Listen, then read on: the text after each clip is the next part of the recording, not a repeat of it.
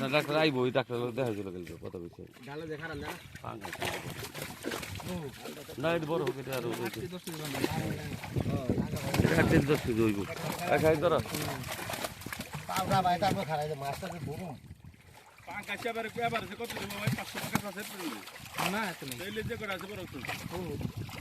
আমাকে আশা করে